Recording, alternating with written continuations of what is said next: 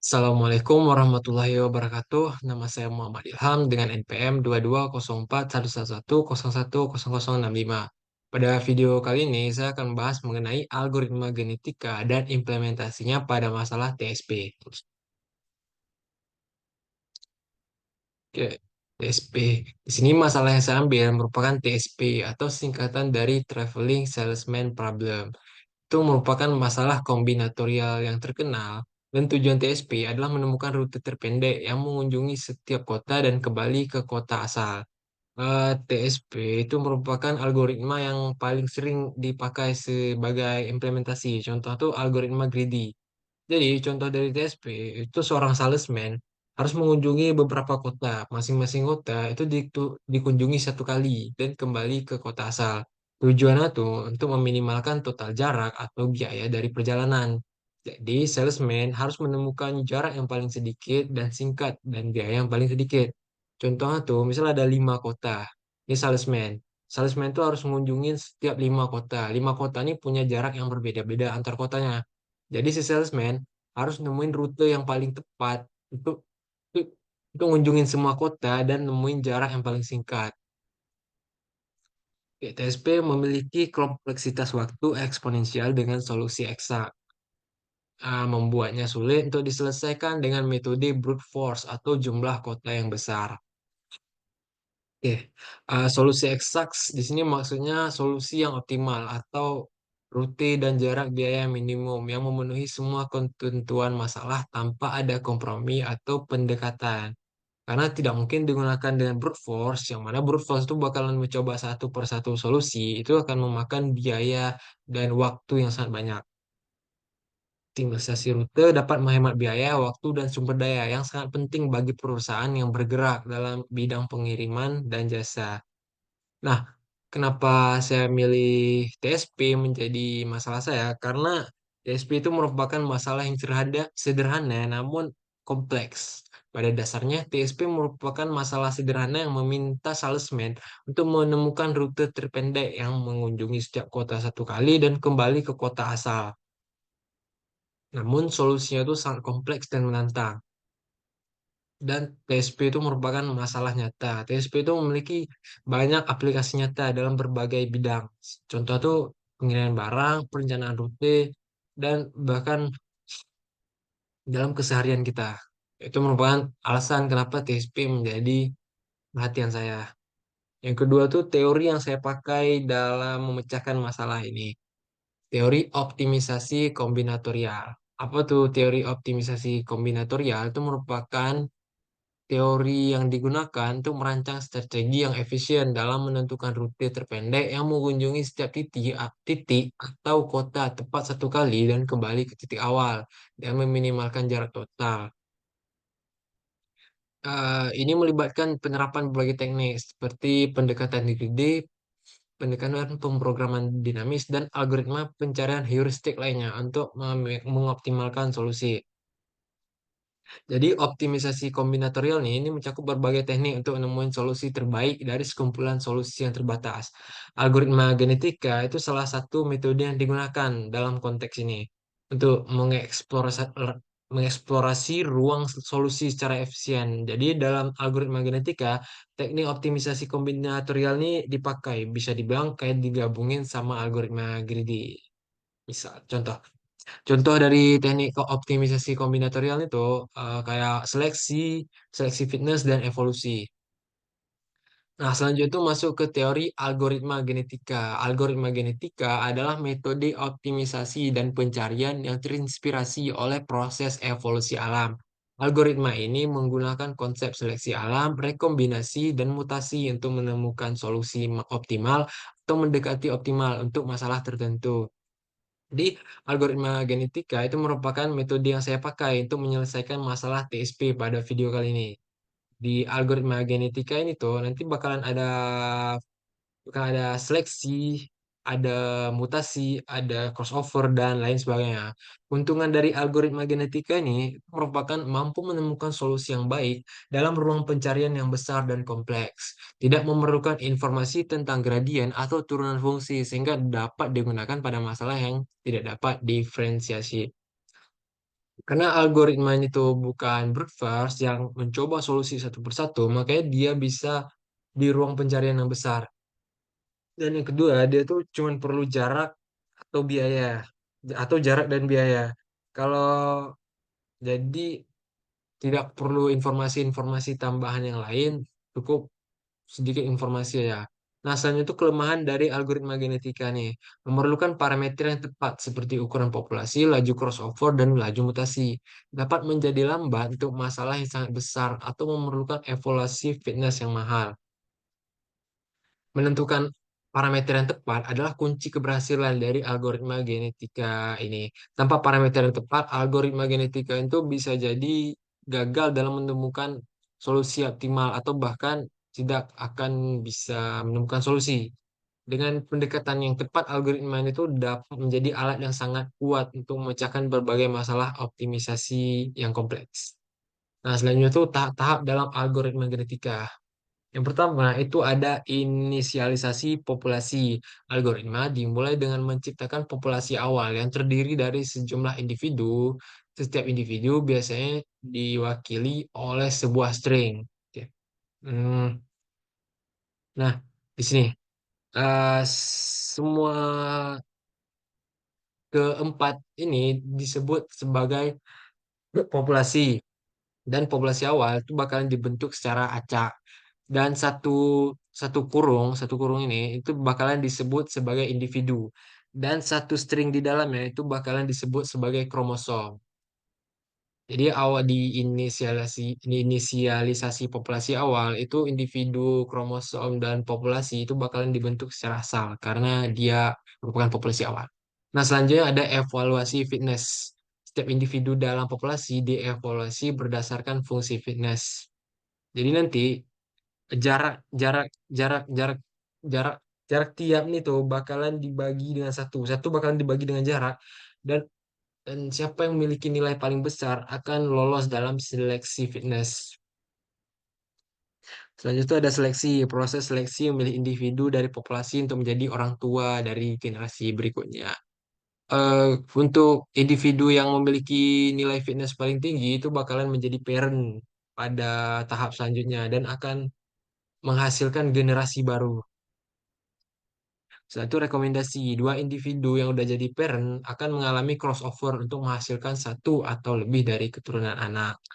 Jadi, semisal dua individu ini bakalan terpilih, dua individu tersebut bakalan disilang atau digabungkan untuk menciptakan rekomendasi dan menciptakan keturunan baru. Nah, setelah menciptakan keturunan baru, mereka akan masuk ke mutasi. Setelah crossover, keturunan tersebut dapat mengalami mutasi. Jadi, satu keturunan yang udah diciptain tadi, kromosom di dalam itu bakalan bermutasi. Misal, kromosom satu dan kromosom 4 itu bakalan bertukar posisi.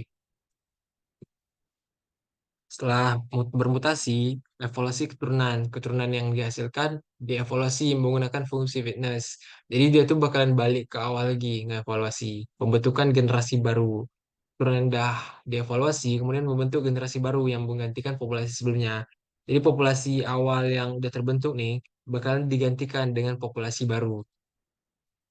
Selanjutnya itu kondisi terminasi. Algoritma genetika akan terus mengulang proses ini sampai mencapai kondisi tertentu.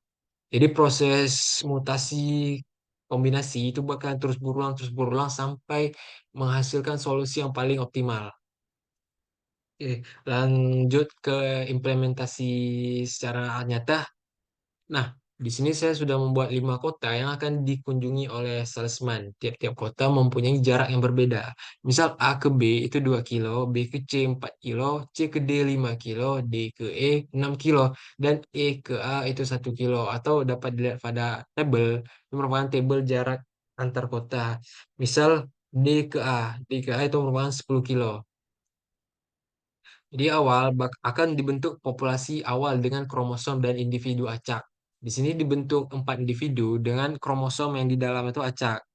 Tiap individu akan dihitung jarak dari kota per kotanya. Di individu satu dari A ke B ke C ke D ke E total jaraknya itu 18 kilo. Dari individu 2 itu total jaraknya 25 kilo. Individu 3 itu total jaraknya 18 kilo, dan individu 4 itu total jaraknya 27 kilo. Nah, setelah menghitung berapa jarak di tiap individu, itu bakalan diseleksi dengan nilai fitness tertinggi. Untuk nyeleksi fitness itu satu akan dibagi dengan jarak dari tiap individu. Misal pada individu satu, jaraknya kan 18 kilo. Satu dibagi 18 itu sama dengan 0,056. Jadi nilai fitness dari individu satu itu merupakan 0,056. Nilai fitness dari individu 2 0,04. Nilai fitness dari individu 3 0,056. Nilai fitness dari individu 4 0,073. Nah, setelah menemukan nilai fitness dari tiap-tiap individu, kan diseleksi individu mana yang memiliki nilai fitness paling tinggi. Di contoh ini terdapat dua individu yang memiliki nilai fitness paling tinggi, yaitu individu satu dan individu tiga. Nilai fitness satu 0,056. Masuk ke tahap selanjutnya. Tahap selanjutnya itu merupakan crossover. Jadi dua individu tadi, individu satu sama tiga yang udah dipilih, itu akan melakukan crossover. Jadi bagian dari individu satu, kromosom 2, 3, dan 4 nih akan ditukarkan dengan individu satu yaitu BCD, kromosom 2, 3, 4. Jadi kedua individu dan ketiga kromosom di dalamnya akan ditukar posisi. Bagian dari parent satu, tiap individu yang udah lewat seleksi akan menjadi parent untuk menghasilkan generasi baru. Nah, parent satu itu BCD dan parent 3 itu DCB akan ditukar. Nah, selanjutnya setelah ditukar itu akan masuk ke proses yang namanya mutasi. Di mutasi itu ada keturunan satu. Keturunan satu itu merupakan individu yang dihasilkan oleh crossover tadi. Di keturunan satu itu ada A, D, C, B, E. Nah, di tiap kromosom itu, misal kromosom satu dan 4 itu bakalan ditukar. Jadi A dan E akan ditukar posisinya dan jadi B, D, C, A dari A, D, C, B, E. Nah, keturunan 2 juga gitu. Posisi 2 dan kromosom 5 itu akan ditukar posisi. Dari E, B, C, D, A jadi E, A, C, D, B. Nah, setelah proses mutasi, itu akan masuk ke pembentukan generasi baru. Jadi generasi yang udah bermutasi tadi itu akan ditaruh dengan individu terbaik dari generasi sebelumnya. Nah, jadi ini populasi yang terbentuk baru. Dua individu di atas merupakan individu hasil dari proses mutasi. Dan dua individu di bawah itu merupakan individu yang terbaik dari populasi acak tadi. Dua ini. Nah, setelah dibentuk populasi baru, algoritma itu akan terus berlanjut hingga mencapai salah satu kondisi terminasi. Jumlah generasi tertentu tercapai. Tidak ada perbaikan signifikan dalam solusi terbaik selama beberapa generasi. Waktu eksekusi mencapai batas yang ditentukan.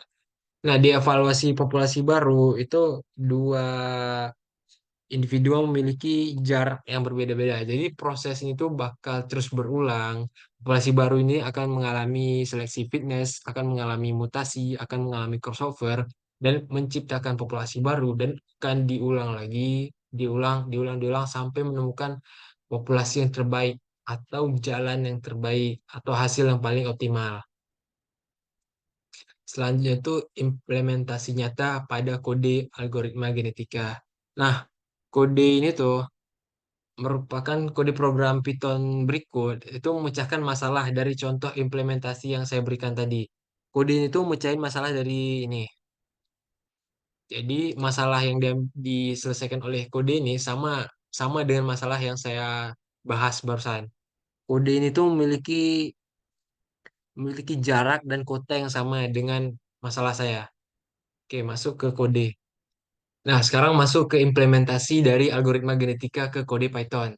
Yang pertama itu mulai dari import random dan import numpy as NP. Itu merupakan fungsi untuk ngelakuin operasi matematika. Dan selanjutnya itu bakal dibentuk kota dan jarak dari tiap kota. Misal dari kota A, jarak kota A ke kota A itu 0 km. Jarak dari kota A ke kota B itu 2 km dan seterusnya. Dibentuk 4 kota, kota A, B, C, D, E sesuai dengan implementasi yang saya lakukan tadi. Nah, selanjutnya inisialisasi populasi. Di inisialisasi populasi itu kita menetapkan ukuran populasi dan membuat populasi awal dengan mengacak urutan kota yang tersedia. Setiap anggota populasi adalah salah satu kemungkinan rute dari kota-kota tersebut. Ini merupakan inisialisasi dari populasi dan diacak. Nah, selanjutnya masuk ke fungsi fitness. Di fungsi fitness itu bakalan menghitung fitness terbaik dari sebuah rute. Ini dilakukan dengan menjumlahkan jarak antar kota dalam suatu rute dengan matriks jarak yang telah didefinisikan. Nilai fitness dihitung sebagai inverse dari total jarak tempuh, sehingga semakin pendek jaraknya dan nilai fitness itu bakalan semakin besar. Nah, selanjutnya itu masuk ke seleksi. Di proses seleksi itu dilakukan untuk memilih parent atau individu terbaik dengan nilai fitness terbaik mereka. Probabilitas itu dipilih seorang individu itu tergantung dari nilai fitness. Nah, semakin tinggi nilai fitness, semakin besar probabilitasnya itu untuk dipilih. Nah, selanjutnya itu masuk ke crossover. Di crossover itu dilakukan antara dua individu parent untuk menghasilkan generasi baru. Dua parent untuk menghasilkan generasi baru. Dua parent dipilih secara acak pada salah satu of dua kromosom akan dipilih secara acak pada salah satu parent dan bagian rute antara kedua titik tersebut ditransfer ke anak, sedangkan sisa kota belum termasuk dalam anak diambil dari orang tuanya. Jadi sesuai dengan penjelasan yang saya berikan tadi, di crossover itu dua kromosom acak dari parent akan dipindah tempatkan. Nah, selanjutnya itu masuk ke mutasi. Di mutasi itu terjadi dengan kemungkinan tertentu pada anak yang dihasilkan. Pada mutasi ini tuh dilakukan dengan menukar rute atau menukar kromosom. Jadi, misal ada di rute C itu B dan D itu bakalan ditukar. Nah, selanjutnya itu masuk ke evolusi. Di evolusi ini tuh dilakukan dengan loop. Sejumlah generasi yang ditentukan pada sebelumnya. Pada setiap iterasi dilakukan perhitungan nilai fitness seleksi crossover dan kemungkinan mutasi. Nah, setelah evolusi itu baru dilakukan outputnya. Di proses evolusi ini itu bakalan diulang dari awal hingga menemukan populasi terbaik dengan nilai fitness terbaik. Setelah mereka nemuin nilai fitness terbaik, mereka baru akan berhenti. Di sini saya jalankan kodenya.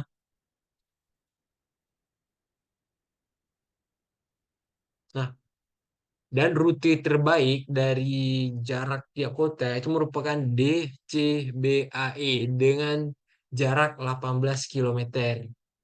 Mungkin sekian dari presentasi saya. Mohon maaf jika banyak yang kurang. Assalamualaikum warahmatullahi wabarakatuh.